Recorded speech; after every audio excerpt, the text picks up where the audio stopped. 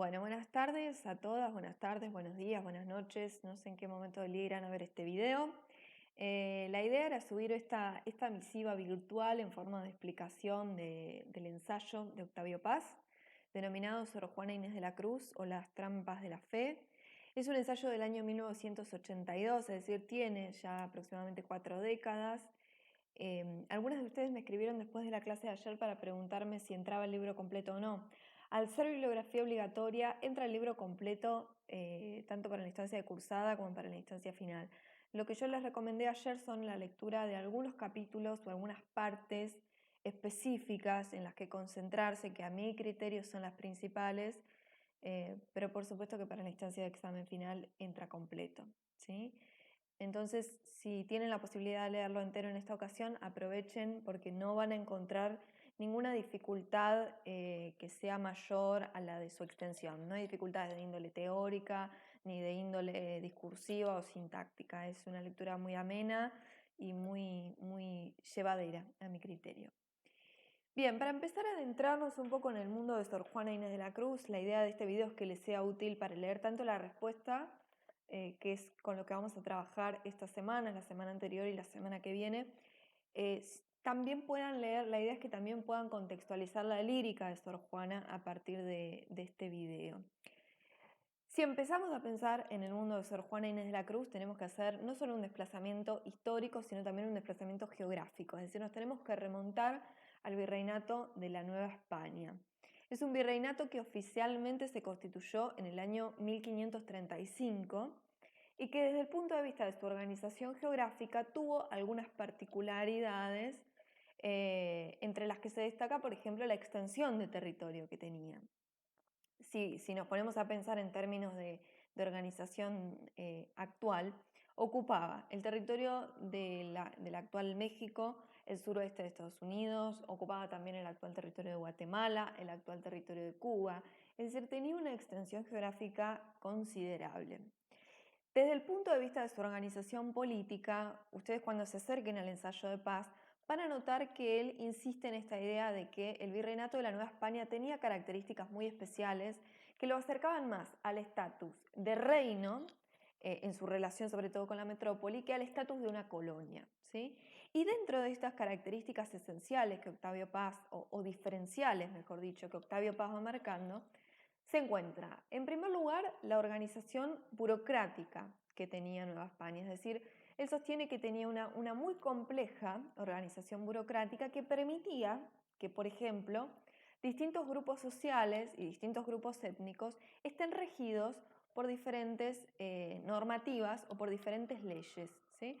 De este modo había, por ejemplo, normativas para los criollos, normativas para los descendientes de los pueblos nativos, normativas para los mestizos, es decir, era un virreinato en el que primaba la atención hacia las particularidades, ¿no? Más que a una homogeneidad o a una unicidad en su organización y sobre todo en la organización de la justicia y de la normativa. La segunda particularidad que hace a Nueva España un virreinato un tanto especial es la organización o la distribución de las tierras, ¿sí? En Nueva España se priorizaba la distribución colectiva de las tierras. ¿Qué significa esto? Que una enorme cantidad, una gran extensión de tierras pertenecían a grupos comunitarios o a comunas. ¿Entre qué grupos comunitarios o entre qué comunas se distribuían mayormente las tierras? Bueno, básicamente hacia dos grupos. Por un lado, el clero, es decir, los representantes de la iglesia. Esta distribución dentro del clero se dio básicamente en torno a las órdenes o las compañías, ¿sí? Por ejemplo, la Compañía de Jesús, también conocida como los jesuitas, quienes pertenecían a esa compañía se los denominaba jesuitas, fueron quienes concentraron una mayor cantidad de territorio dentro del clero en Nueva España, ¿sí? Que estas tierras pertenezcan, por ejemplo, a los jesuitas, significaba que eran ellos quienes tomaban las decisiones acerca de cómo se distribuía, cómo se utilizaba, cómo se hacía productiva esa tierra, y también obtenían beneficios, por supuesto, por ella. Los otros grandes grupos que entraron en esta distribución colectiva de las tierras fueron los descendientes, comprobados descendientes de los pueblos nativos, ¿sí? En este sentido se instalaron los calpuli, que eran una especie eran territorios comunales que tenían su propio gobernador. Ese gobernador generalmente era un nieto o un bisnieto y todo esto tenía que estar comprobado mediante papeles, mediante actas de nacimiento y demás, de los pueblos nativos, de los aztecas fundamentalmente. Tenían no solo su propio gobernador, sino también su propia escuela, ¿sí? Esta, esta organización comunal de los territorios perseguía un objetivo bastante claro, que era restarle el poder a los criollos terratenientes, ¿sí? Si las tierras estaban en manos de la iglesia o estaban en manos de los descendientes comprobados de los aztecas, esto hacía que los criollos terratenientes, que eran digamos, un sector que estaba en constante puja y crecimiento, y que eran los únicos que además podían manifestar en algún momento algún deseo de independencia, redujeran la concentración de poder. Quitarles territorio y quitarles la posibilidad de acceso al territorio también era quitarles, en cierto modo, el poder. Otra de las particularidades que tuvo el virreinato de Nueva España, que esta fue una particularidad compartida solo con el virreinato del Perú, eh, consistió en la organización en torno a las cortes. El virreinato del Perú y el virreinato de la Nueva España fueron los únicos virreinatos que se conformaron como sociedades de cortes, ¿sí? Las cortes eran no solo los centros administrativos donde se tomaban decisiones administrativas y donde residía también el virrey con su esposa, no solo eran centros administrativos, sino que además eran centros desde los que se irradiaban costumbres morales, gustos estéticos, ¿sí? Regulaban el funcionamiento de los gustos y las costumbres de la sociedad. Por ejemplo, la corte era quien determinaba cómo se tenían que hacer los velorios, cómo se tenía que enterrar a los muertos, cómo se tenía que llorar a los muertos, cuáles eran las costumbres amorosas, regulaba también los gustos estéticos de la sociedad, ¿sí? Cuando dentro de la corte estaba un virrey o su esposa y eran, digamos, o estaban interesados en las manifestaciones artísticas, generalmente impulsaban también un gran desarrollo artístico y cultural en el virreinato. Esta presencia de la corte también la vamos a ver como muy importante dentro de la propia vida, ¿sí? de Sor Juana. Tanto la corte como la iglesia y la universidad fueron las tres instituciones primordiales, ¿sí? de Nueva España, y fueron quienes permanentemente se disputaron el poder, ¿sí?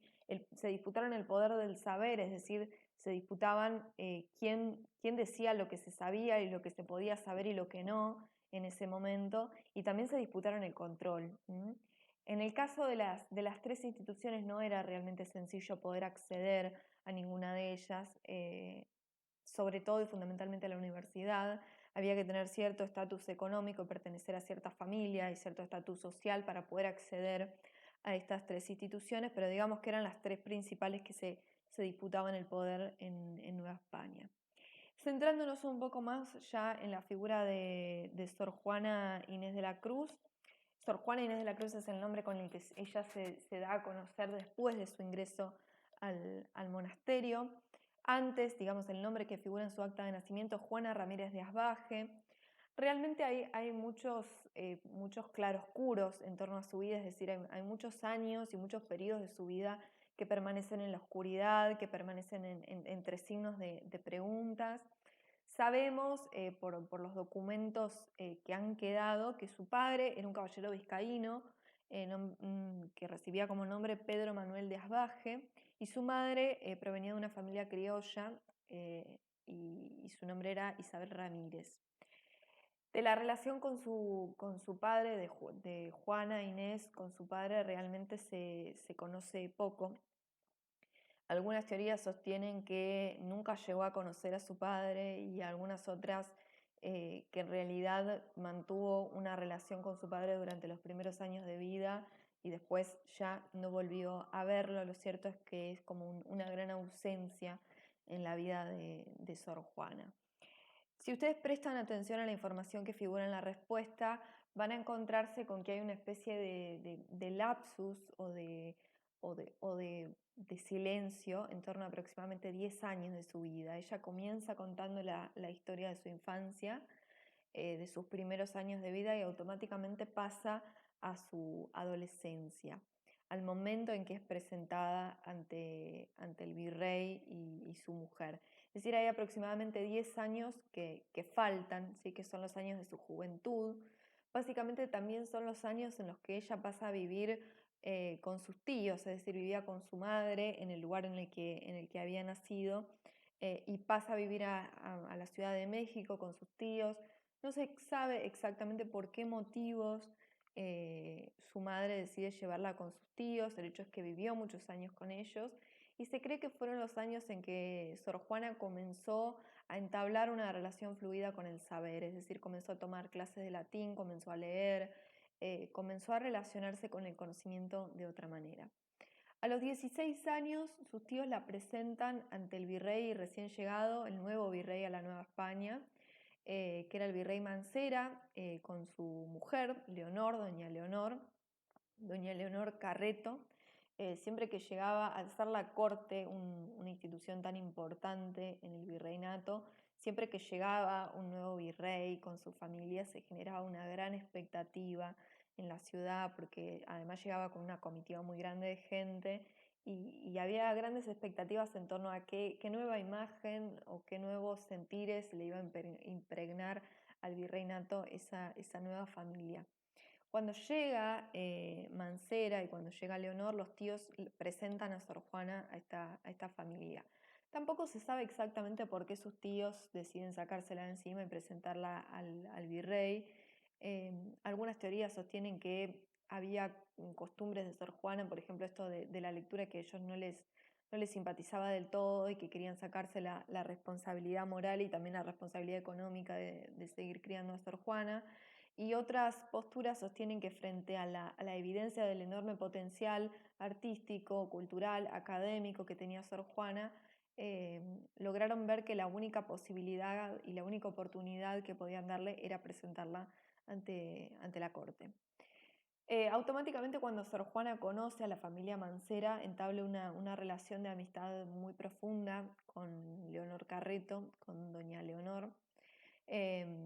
Al respecto de este vínculo hay como un montón de hipótesis y de chusmeríos, diríamos, eh, bastante poco fundados. Hay una serie de Netflix sobre Sor Juana que tiene varios años. Si bien la serie presenta algunos puntos interesantes, sobre todo en cómo analizar la relación entre Sor Juana y el saber o entre Sor Juana y el clero, está bastante estereotipada la serie en cuanto a que pone el foco de atención en una supuesta relación homoerótica entre Sor Juana y Leonor, ¿no? Todo esto es incomprobable. Muchas de estas hipótesis también están fundadas en la lírica de Sor Juana. Después, cuando lean la poesía de Sor Juana, se van a encontrar con poesías en las que, por ejemplo, ella falsea un yo lírico masculino que se dirige a un tú lírico femenino, ¿no? Entonces, basándose en esto, haciendo una lectura un poco biografista de la literatura de Sor Juana, sostuvieron que hubo una relación, digamos, homoerótica entre ambas mujeres. Lo cierto y lo que sí se sabe es que Leonor protegió a Sor Juana, incluso cuando Sor Juana ya estaba en el convento de San Jerónimo, que la protegió de las críticas, que incluso fue la que le consiguió la dote que le permitió entrar al convento. Sor Juana tuvo durante muchos años una vida muy rica en la corte. Allí comenzó a escribir teatro, siguió educándose, tuvo acceso además a una vida social muy activa. Y en un momento decide entrar al convento de San Jerónimo. Y aquí se plantea otro interrogante: ¿por qué Sor Juana decide entrar al convento de San Jerónimo? Algunas hipótesis sostienen que se debió a un desengaño amoroso. Octavio Paz al respecto señala que, si bien es posible que Sor Juana se haya enamorado durante su vida en la corte y se haya desenamorado o se haya desengañado, esto no serían evidencias suficientes o no serían motivos suficientes para que ella decida entrar al convento, ¿no? Una segunda hipótesis señala o sostiene que el ingreso al convento podría obedecer a una verdadera y una profunda vocación religiosa en Sor Juana. Octavio Paz también descarta esto, dice: no tenemos evidencia ni durante la vida de Sor Juana en la corte, ni durante la vida de Sor Juana en el monasterio, de que ella sea una verdadera purista que desee entrar al convento por gracia de Dios, ¿no? y a su vez admitir esta hipótesis sería desconocer el contexto social y cultural en el que ella entra al convento. ¿Por qué? Octavio Paz dice, el convento en ese momento era una oportunidad, es decir, en este siglo, era una oportunidad de salvación para las mujeres. Las mujeres tenían básicamente dos alternativas, o el matrimonio o la iglesia, o ser monjas, o ser esposas o ser monjas, ¿sí? Eran como las dos posibilidades de inserción social de las mujeres en ese momento.